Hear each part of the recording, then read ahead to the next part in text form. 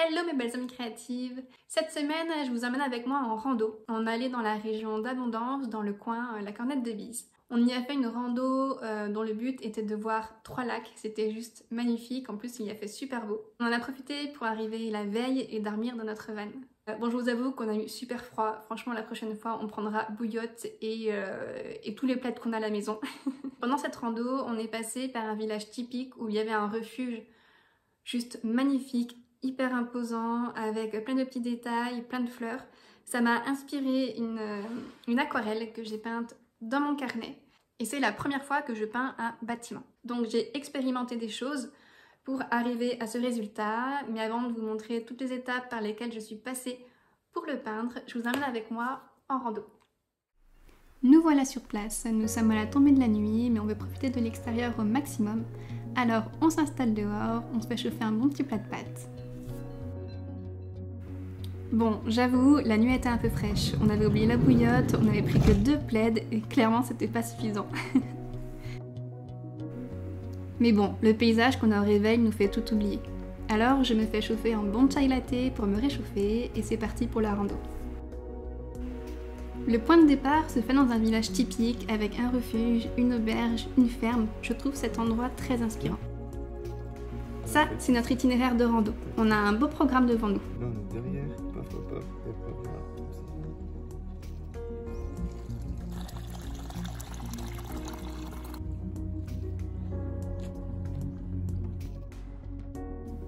Ça fait à peine 10 minutes qu'on est parti et on s'est déjà arrêté. On a entendu un bruit qui nous a interpellés. Je vous laisse écouter.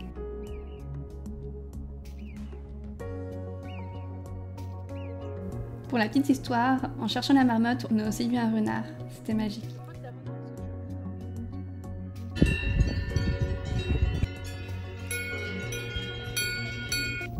Même si la montée grimpe bien, cette rando n'a aucune difficulté technique, ce qui fait qu'elle est accessible à tous et on a accès à une vue juste sublime. Vous voyez le Mont Blanc juste au fond? Après avoir profité du paysage, on reprend la route et on part à la découverte des 3 lacs de la rando. Il y a le lac d'Arbon, puis le lac de Genève qu'on aperçoit tout là-bas. Et le petit dernier dont j'ai oublié le nom.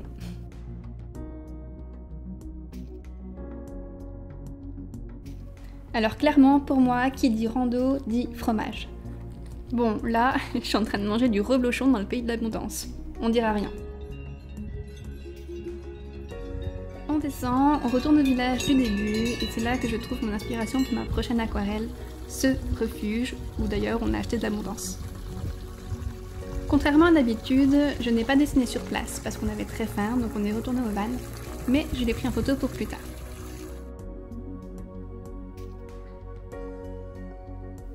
Quelques jours plus tard, je prends plaisir à me replonger dans cette belle journée. Je dessine le croquis du refuge avec tous ses détails.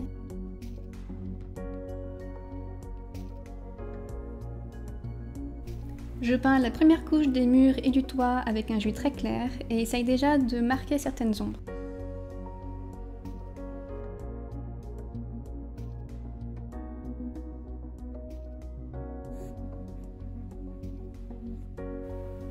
Une fois sec, je peins les éléments principaux comme les volets, les contours des fenêtres,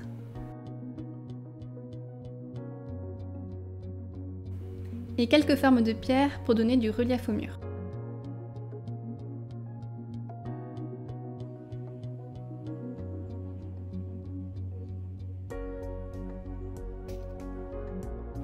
Le toit est en bois et est plus ou moins décoloré, c'est pour ça que j'utilise 2 nuances de marron. C'est assez satisfaisant à faire.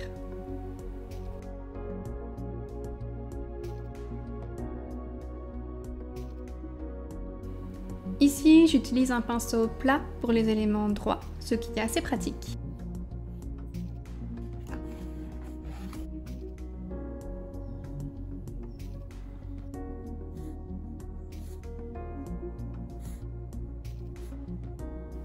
Je complète l'étage du refuge avec un mélange d'ocre et de noir très dilué que j'utilise également pour marquer les ombres autour des fenêtres. Je trouve que cette étape donne un rendu beaucoup plus réaliste.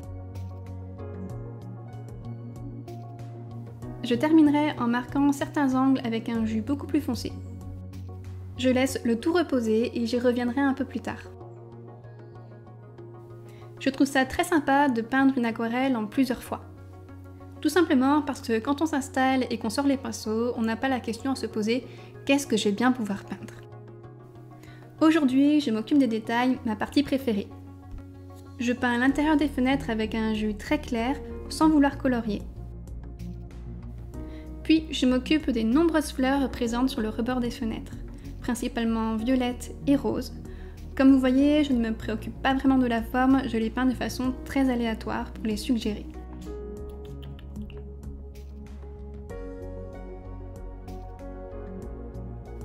J'aime beaucoup peindre à la lumière du matin.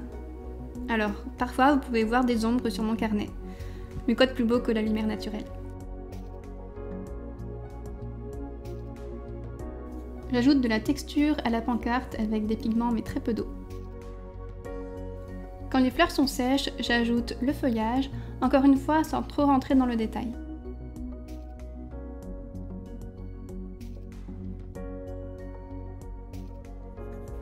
Vient le moment où je sors mes crayons aquarellables. Je fais plusieurs tests pour trouver la meilleure couleur pour ajouter des détails.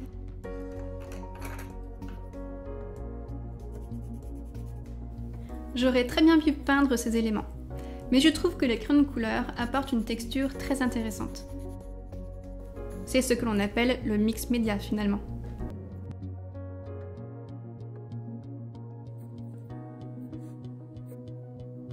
Et une petite touche dorée pour la route.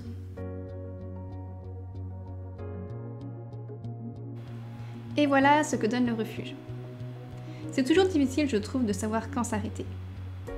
Par exemple, ici, j'ai ajouté de l'ombre sur le toit et des détails noirs, avec un stylo micron comme celui-ci. Je suis plutôt contente de ce refuge et cela m'a donné envie d'expérimenter d'autres types d'architecture. Je disais que c'était difficile de savoir quand s'arrêter, mais j'avais quand même oublié un élément important. Le nom du refuge, refuge de Bise, que j'ai écrit avec un stylo blanc à encre Uniball. Celui-ci, très pratique. Un crayon Uniball blanc, encre blanc. Ça c'est mon chat qui fait des cascades. Vous avez probablement vu que sur cette double page, il y avait d'autres éléments que j'ai peints lors d'une autre rando. Donc il y a mon sac, mes bâtons, mes chaussures avec lesquelles je vais beaucoup plus vite, et ma doudoune Patagonia trouvé sur Vinted, qui du coup m'a bien servi la dernière fois. J'étais au lac de Pététose, un lieu hyper apaisant. Et du coup j'ai fait une très courte vidéo pour vous montrer ce superbe endroit, et je la posterai sur Instagram dans la semaine. Merci d'avoir regardé la vidéo jusqu'au bout, j'espère qu'elle vous a plu. Personnellement, je prends beaucoup de plaisir à peindre à l'extérieur. Parce qu'en fait, à chaque fois, je vais à un endroit sans savoir ce que je vais peindre. Ce qui fait que tous mes sens sont en éveil à la recherche d'inspiration. Et je sens que ma créativité est en ébullition. Donc j'espère que mes aventures vous motiveront peut-être à prendre vos carnets et à les peindre à l'extérieur avec des amis ou tout seul. Ce matin, je feuilletais un magazine Flow. J'ai acheté, enfin j'ai pas acheté, mais j'ai récupéré une pile de magazines gratuits sur Le Bon Coin. Et ce matin, je le feuilletais et je suis tombée sur une citation. Je vais la retrouver. Ah, je vous la lis. Si les années m'ont appris une chose, c'est ceci. Du moment qu'on a un crayon dans sa poche, il y a de fortes chances pour qu'un jour ou l'autre, on soit tenté de s'en servir. Je vous donne rendez-vous la semaine prochaine. Je vous emmènerai probablement dans un café que j'adore à Annecy.